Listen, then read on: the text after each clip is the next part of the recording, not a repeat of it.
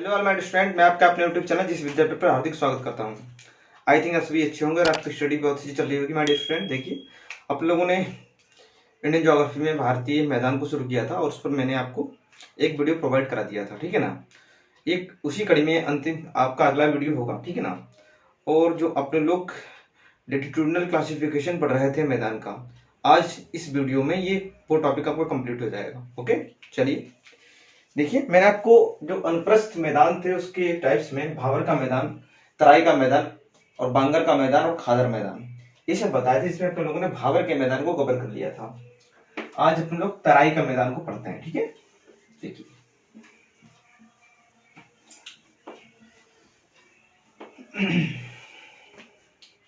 देखिए तराई का मैदान,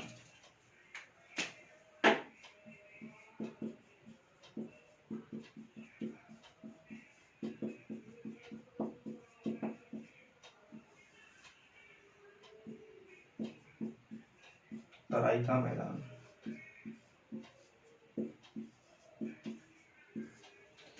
देखिए मैंने आपको बताया था इस तरीके से आपको शिवालिक पर्वत श्रेणी मिलती है, ठीक है।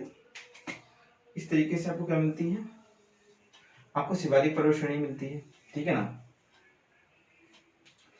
शिवालिक पर्वत श्रेणी से जब नदी आती है इस तरीके से उतरते हुए, तो मैंने आपको बताया था नदियां क्या करती है। नदियां अपने साथ जो है बहुत बड़े बड़े कंकड़ और पत्थर लाती हैं और कंकड़ और पत्थरों को क्या कर देती है नदियां यहाँ पर ऐसे जमा कर देती है, इसे डिपॉजिट कर देती हैं इन कंकड़ों और पत्थरों को यहाँ पर इस तरीके से। जब ये कंकड़ पत्थर यहाँ पर डिपॉजिट हो जाते हैं, फिर नदियां क्या हो जाती हैं, यहाँ पर अदृश्य हो जाती है और नदी जो है वो इसके नीचे से ऐसे फ्लो करने लगती है, इस तरीके से फ्लो करने लगती है, ठीक है ना। फिर नदी क्या होती है, ये वाला क्षेत्र कौन सा, ये वाला क्षेत्र है आपका भावर,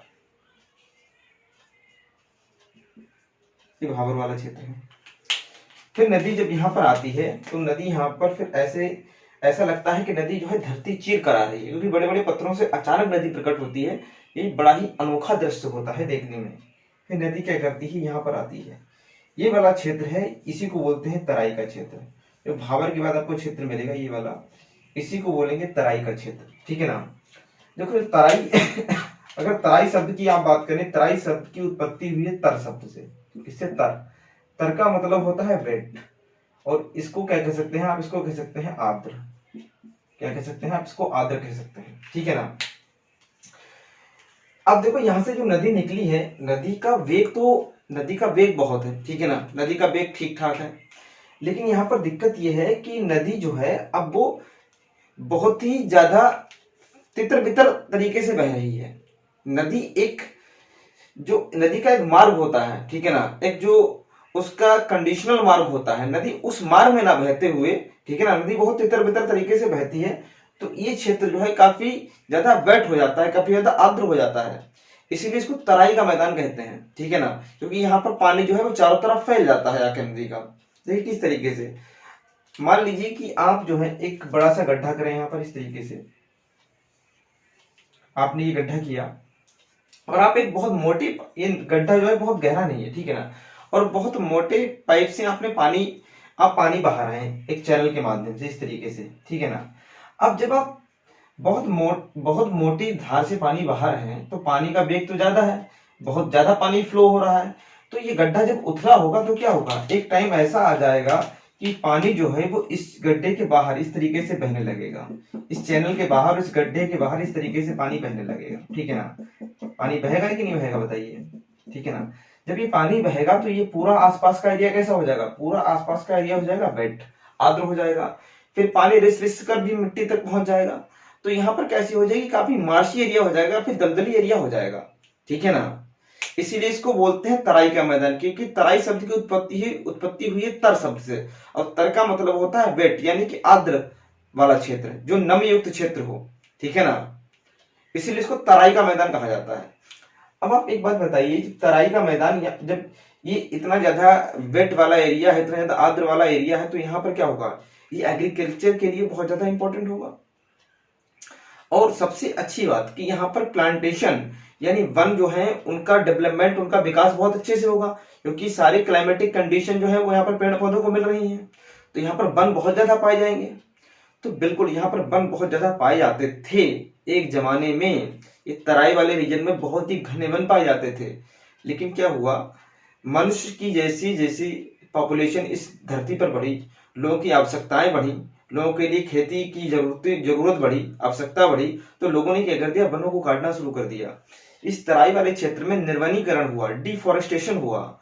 डिफॉरेस्टेशन होने से यहाँ पर लोगों ने क्या किया, इस भूमि को एग्रीकल्चरल लैंड में क्या कर दिया, चेंज कर दिया, क्योंकि हमें भूमि की अधिक आवश्यकता पड़ी, ठीक है ना।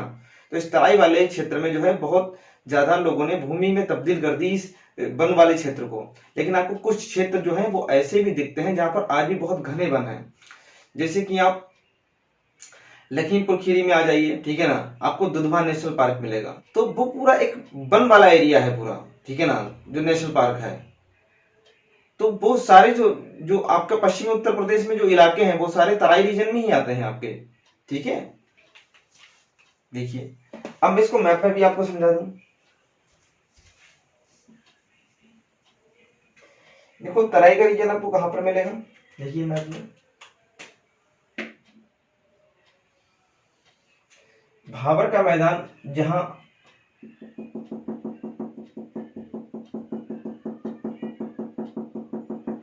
पश्चिम में चौड़ा था, तराई का मैदान जो है ये कौन सा मैदान है, ये तराई, ये पूर्व में चौड़ा है और पश्चिम में कैसा है, नैरो है, पतला है। ऐसा क्यों है उसको भी समझते हैं, ठीक।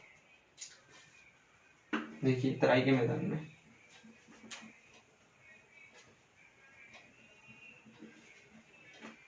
देखिए तराई का मैदान जो है ये पश्चिम में कैसा है, पश्चिम में पतला है, संकरा है, संकरा लिख सकते हैं, ठीक है ना। देखिए पूर्व में कैसा है, पूर्व में चौड़ा है। चौड़ा क्यों है, पूर्व में चौड़ा क्यों है, ये भी समझते हैं। देखो आपने जब आप मानसून पढ़ेंगे, जब आप भारत के क्लाइमेट पढ़ेंगे तो आपको ये समझ में आएगा कि भारत के पूर्वोत्तर भारत में वर्षा अधिक होती है जबकि पश्चिमोत्तर भारत में वर्षा कम होती है। पूर्वोत्तर भारत में जो नॉर्थ ईस्ट वाला इलाका है, जो वेस्ट बंगाल के आसपास वाला इलाका है, वहां पर एक इफेक्ट है फनल इफेक्ट, उसकी वजह से वहां पर वर्षा अत्यधिक होती है। और मेघालय चेरापूंजी वाले इलाके में तो विश्व की सर्वाधिक वर्षा प्राप्त होती है। तो जब पूर्व में वर्षा अधिक होगी तो नमी अधिक होगी, नमी अधिक होगी तो तराई के मैदान का फॉर्मेशन भी अधिक होगा, तराई के मैदान का एक्सटेंशन भी अधिक होगा। इसीलिए तराई का मैदान पूर्व में अधिक है, जबकि आप इधर राजस्थान हरियाणा वाले इलाके में देखेंगे, पंजाब वाले इलाके में देखेंगे, यहाँ पर वर्षा बहुत कम होती है। जब वर्षा कम होगी तो मिट्टी में नमी कम होगी, ठीक है ना। तो उस वजह से यहाँ पर जो है उतना तराई का मैदान डेवलप नहीं हो पाया जितना कि पूर्व में हुआ। इसलिए तराई के मैदान की चौड़ाई, ठीक है, पूर्वी भारत में ज्यादा है, पश्चिमी भारत में कम है।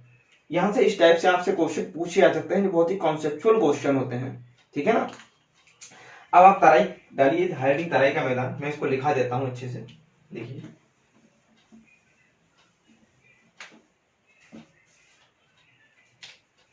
देखिए तराई शब्द की उत्पत्ति तर शब्द से हुई है। तराई का मैदान हेडिंग डालिए, फिर लिखिए तराई शब्द की उत्पत्ति तर शब्द से हुई है, जिसका अर्थ होता है अत्यधिक नमी वाला क्षेत्र। इसका अर्थ होता है अत्यधिक नमी वाला क्षेत्र। फिर लिखिए, लेकिन नदियां भाबर के उपरांत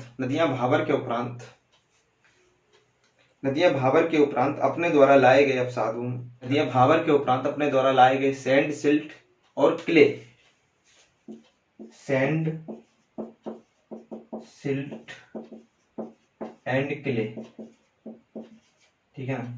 नदियां अपने द्वारा लाए गए सैंड, सिल्ट एंड क्ले, इसको ब्रैकेट में लिखिए हिंदी में रेत, गाद व मृतिका, रेत, गाद व मृतिका, रेत, गाद व मृतिका ब्रैकेट बंद। नदियां अपने द्वारा लाए गए सैंड, सिल्ट एंड क्ले, जैसे रेत, गाद व मृतिका, जैसे इन तीनों में अंतर क्या होता है जब मैं सॉइल पढ़ाऊंगा तब वहां पर बताऊंगा, ठीक है ना। जैसे अवसादों का जमाव करती हैं, जिसे अवसादों का जमाव करती हैं, अवसादों का जमाव करती हुई स्वयं धरातल पर प्रकट हो जाती हैं। उच्च नमी युक्त यह मैदानी क्षेत्र तराई का मैदान कहलाता है। इस क्षेत्र की जलवायु वनों के लिए अत्यधिक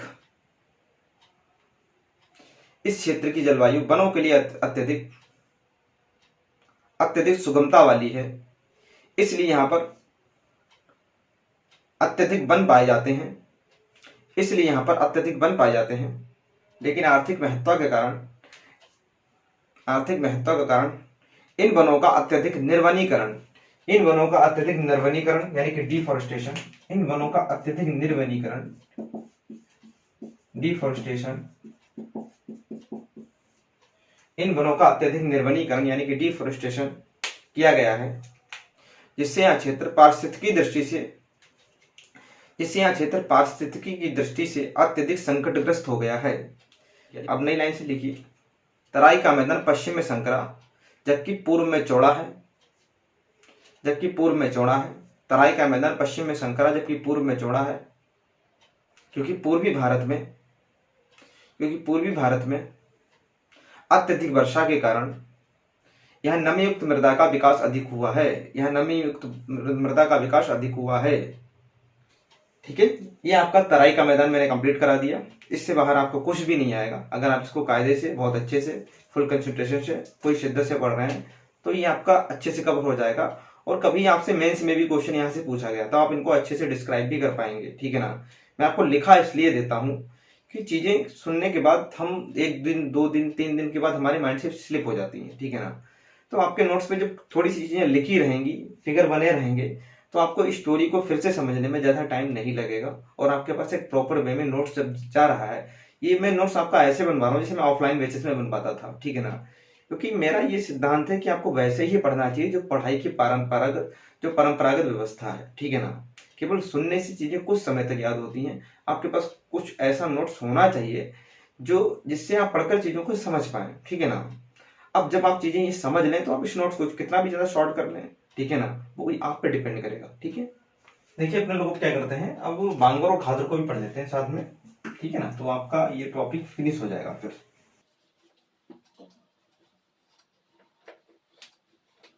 जो थर्ड और फोर्थ जो था आपका बांगर और घाघर,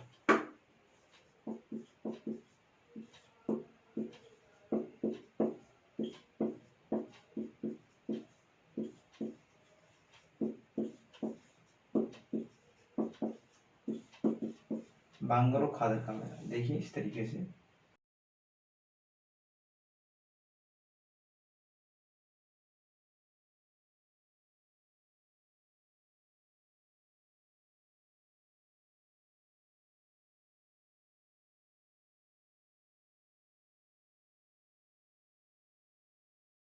देखिए ये मान लेते हैं ये है नदी, इस तरीके से बह रही है और ये नदी की जो है ये वर्तमान स्थिति है, ठीक है ना। नदी की क्या है, ये वर्तमान स्थिति है। देखिए ये जो बांगर और खादर के मैदान बने हैं ये प्लेस्टोसीन पीरियड में बने हैं। कौन सी पीरियड में? प्लेस्टोसीन पीरियड में, प्लेस्टोसीन काल में। प्लेस्टोसीन काल में क्या हो रहा था? प्लेस्टोसीन काल में हिमयुग का अंत हो रहा, क्या हो रहा था माय डियर स्टूडेंट? हिमयुग का अंत हो रहा था, हिमयुग का अंत हो रहा था। देखिए जब हिमयुग था अपनी अर्थ पर तो चारों तरफ क्या था? बर्फ की चादर थी। ये पूरा जो नॉर्दर्न हेमिस्फीयर है, उत्तरी गोलार्ध है, पूरी तरह से बर्फ की चादर में क्या हुआ था? सिमटा हुआ था, चारों तरफ बर्फ ही बर्फ था। प्लेस्टोसीन काल में क्या हुआ? हिमयुग का अंत हुआ। जब हिमयुग का अंत होगा तो क्या होगा? जितने भी ग्लेशियर हैं, ठीक है ना, जिनको आप हिमनद कहते हैं, ये ग्लेशियर हिमनद क्या हुआ? ये पिघलना शुरू हुई, इनको ये क्या हुआ? ये मेल्ट हुए। भाई जब ग्लेशियर और हिमनद जब मेल्ट होंगे तो नदी का जलस्तर बढ़ेगा, क्योंकि नदियां कहाँ से निकलती हैं? नदियां ग्लेशियर से ही तो निकलती हैं। नदी का जलस्तर क्या हुआ? राइज हुआ। जब नदी का जलस्तर राइज हुआ तो यहाँ पर क्या आ गई? यहाँ पर बाढ़ आई। जब बाढ़ आई तो फिर क्या हुआ? ये सब आप नोट कर लीजिएगा, ये जो मैंने लिखा है, ठीक है ना। जब नदी का जलस्तर बढ़ा तो यहाँ पर क्या हुआ? पानी जो था पहले जो था, आज से ये प्लेस्टोसीन काल कब था? ये आज से 12,000 साल पहले था, ठीक है ना। तो नदी का पानी, उस नई नदी जब उससे क्या हुई, जब नदी का जलस्तर बढ़ा तो नदी में बाढ़ आई। तो ये नदी का पानी कहाँ तक था?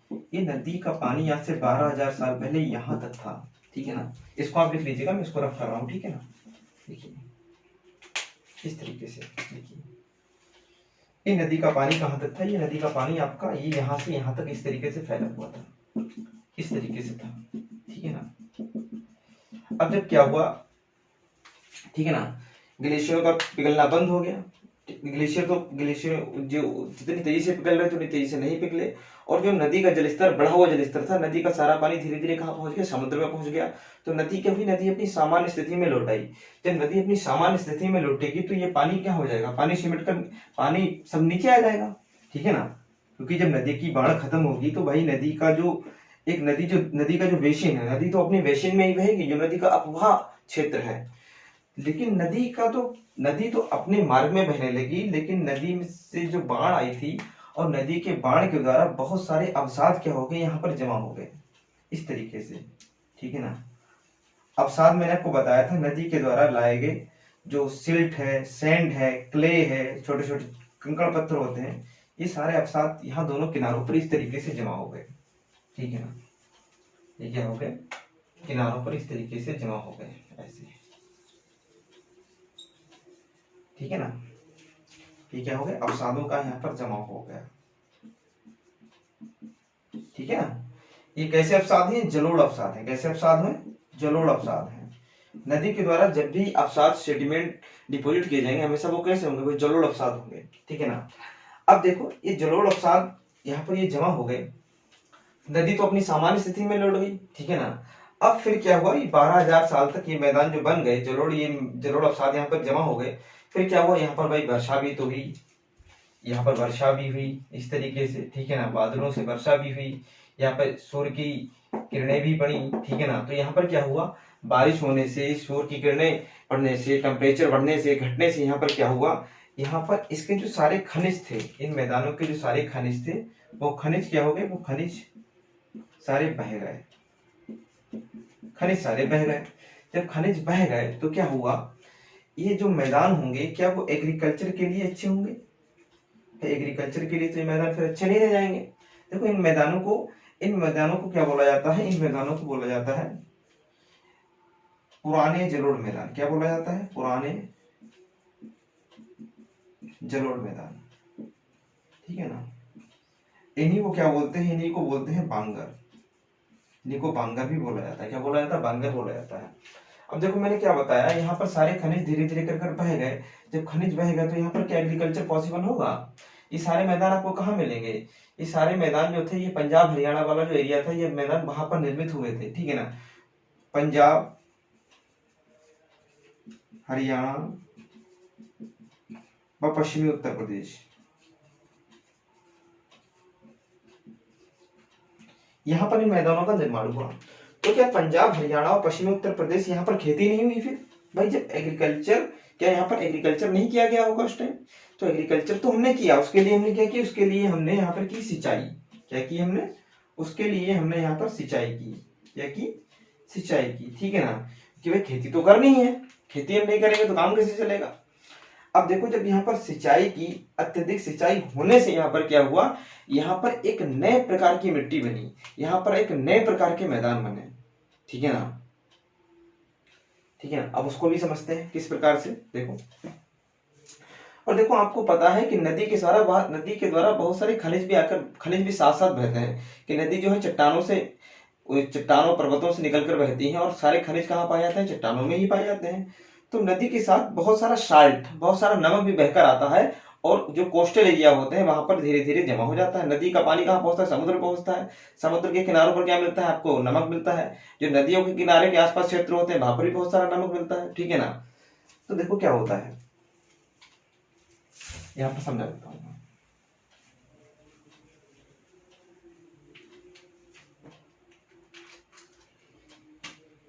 मान लेते हैं, देखो ये कोई मैदान है, ये कोई मिट्टी है, ठीक है ना।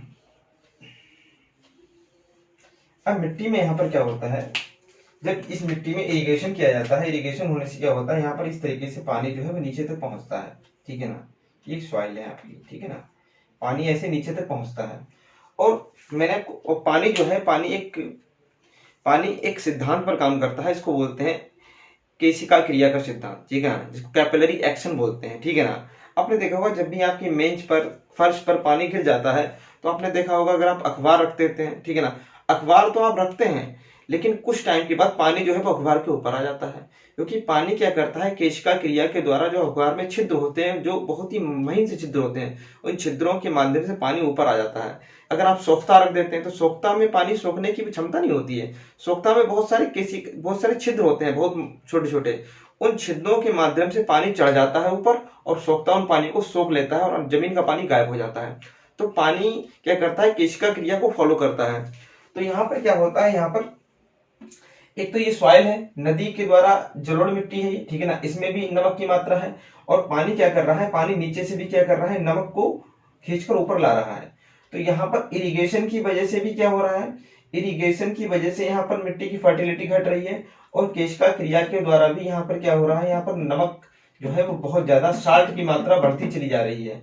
तो ऐसी मिट्टी जहां पर इरिगेशन बहुत ज्यादा हो और जहां पर साल्ट की मात्रा बहुत बढ़ जाए, ऐसी मिट्टी को बोलते हैं रेह भूमि। क्या बोलते हैं, रेह, ठीक है ना, ऐसी भूमि को क्या बोलते हैं, रेह भूमि। तो जो पंजाब और हरियाणा वाला क्षेत्र है वहां पर रेह भूमि पाई जाती है, जो अत्यधिक इरिगेशन होने से वहां पर जो है एक नई प्रकार की मिट्टी का जन्म हुआ है, एक नए प्रकार के मैदानों का जन्म हुआ है। इसी रेह भूमि को उत्तर प्रदेश में कल्लर भूमि कहते हैं। क्या कहते हैं, कल्लर भूमि कहते हैं, कल्लर भूमि कहते हैं, ठीक है ना डियर स्टूडेंट। तो आई थिंक आप ये भी समझ गए होंगे, आप बांगर भी समझ गए हैं, रही कल्लर भी समझ गए। अब देखिए जलोढ़ मैदान क्या है। अब नदी जो है वो अपनी वर्तमान स्थिति में है, ठीक है ना, नदी अपनी वर्तमान स्थिति में, आप इसी सबको बना लीजिएगा, मैं यहाँ पर रफ कर रहा हूँ, ठीक है, हल्का सा। नदी जो है अपनी वर्तमान स्थिति में है, लेकिन क्या नदी में बाढ़ अब भी नहीं है, नदी में बाढ़ तो अब भी आती है। लेकिन आप सोचो कि इतनी बड़ी बाढ़ आने के लिए, यहाँ तक नदी का पानी पहुंचने के लिए लगभग हमारे पृथ्वी के सारे ग्लेशियर को पिघलना होगा। सारे ग्लेशियर जब पिघल जाएंगे, सारे ग्लेशियरों का पानी जब नदी में आ जाएगा, तो नदी फिर से अपने इतने विकराल रूप में आ जाएगी और नदी का पानी यहाँ तक आ जाएगा। लेकिन ऐसा तो अभी हुआ नहीं है, और शायद पॉसिबल भी हो जाए, नहीं भी हो जाए, ये तो नेचर को ही पता है, ठीक है ना। अब देखिए जब नदी में बाढ़ आती है, नदी का पानी क्या होता है, नदी का पानी ऐसे यहाँ तक आ जाता है, ठीक है ना, नदी का पानी ऐसे यहाँ तक आ जाता है, ठीक है ना, नदी का पानी ऐसे यहाँ तक आ जाता है। लेकिन जैसे ही बाढ़ खत्म होती है, नदी का पानी फिर से क्या पहुंच जाता है, अपनी वर्तमान स्थिति में पहुंच जाता है। एक जो अफवाह प्रतिरूप होता है नदी का, अपने उसमें पहुंच जाता है। नदी का जो बेसिन होता है, वहां पर नदी अपने बेसिन में ही बहती है। तो यहाँ पर क्या होता है, यहाँ पर भी कुछ मैदानों का निर्माण होता है, ठीक है ना, इस तरीके से, इस तरीके से यहाँ पर भी। अब देखो ये, अब नदी में बाढ़ तो हर साल आती है, जब वर्षा का टाइम आता है तो नदी में हर साल बाढ़ आएगी। तो यहाँ पर जब नदी हर साल यहाँ तक पहुंचेगी, तो नदी के साथ हर साल यहाँ पर अवसाद पहुंचेंगे, अवसाद यहाँ पर हर साल डिपोजिट होंगे। जब अवसाद यहाँ पर हर साल डिपोजिट होंगे, तो यहाँ पर क्या होगा, यहाँ पर हर साल नई मिट्टी की परत जमा होती रहेगी। इसीलिए इनको बोलते हैं नई जलोढ़ मिट्टी, इनको बोलते हैं नए जलोढ़ के मैदान। इसी और इनको ही क्या बोलते हैं, इनको बोलते हैं खादर का मैदान। क्या बोलते हैं, खादर का मैदान। अब आप एक बात बताइए, जब यहाँ पर हर साल नई मिट्टी बिछेगी, तो इस मिट्टी की फर्टिलिटी कैसी होगी, फर्टिलिटी तो बहुत हाई होगी।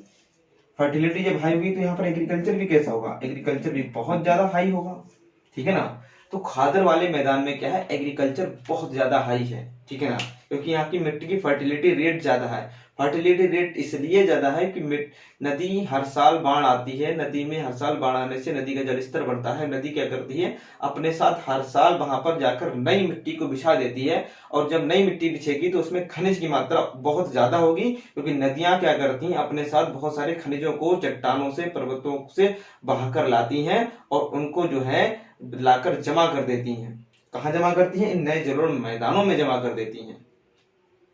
तो आई थिंक आपको ये समझ में आया होगा, पुराने जलोढ़ के मैदान और नए जलोढ़ के मैदान क्या होते हैं। अब आप इनको लिख भी लीजिए। चलिए बांगर का मैदान देखिए, प्लेस्टोसीन कालखंड में हिमयुग की समाप्ति के बाद, प्लेस्टोसीन कालखंड में हिमयुग की समाप्ति के बाद नदी के जल स्तर बढ़ जाने से इन मैदानों का निर्माण हुआ था। नदियों के जल स्तर बढ़ जाने से इन मैदानों का निर्माण हुआ था। लेकिन वर्तमान में अब नदी के बाढ़ का पानी इन मैदानों तक नहीं पहुंचता।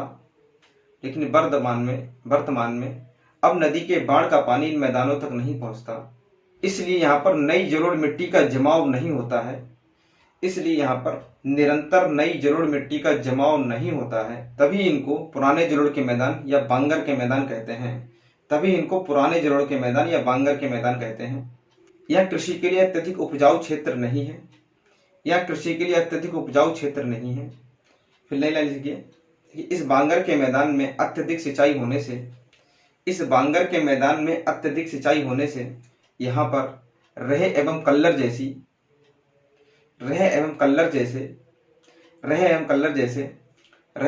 जैसे नए मैदानों का भी निर्माण हुआ है, ठीक है ना। अब डालिए आप लोग खादर का मैदान। खादर का मैदान लिखिए, यह मैदान नदियों के तटबंधों से संलग्न, यह मैदान नदियों के तटबंधों से संलग्न नवीन जलोढ़ के मैदान हैं, नवीन जलोढ़ के मैदान हैं, जहाँ प्रत्येक वर्ष बाढ़ के समय नदियां अपने साथ पोषक तत्वों व खनिजों की आपूर्ति इस मैदान में करती रहती हैं।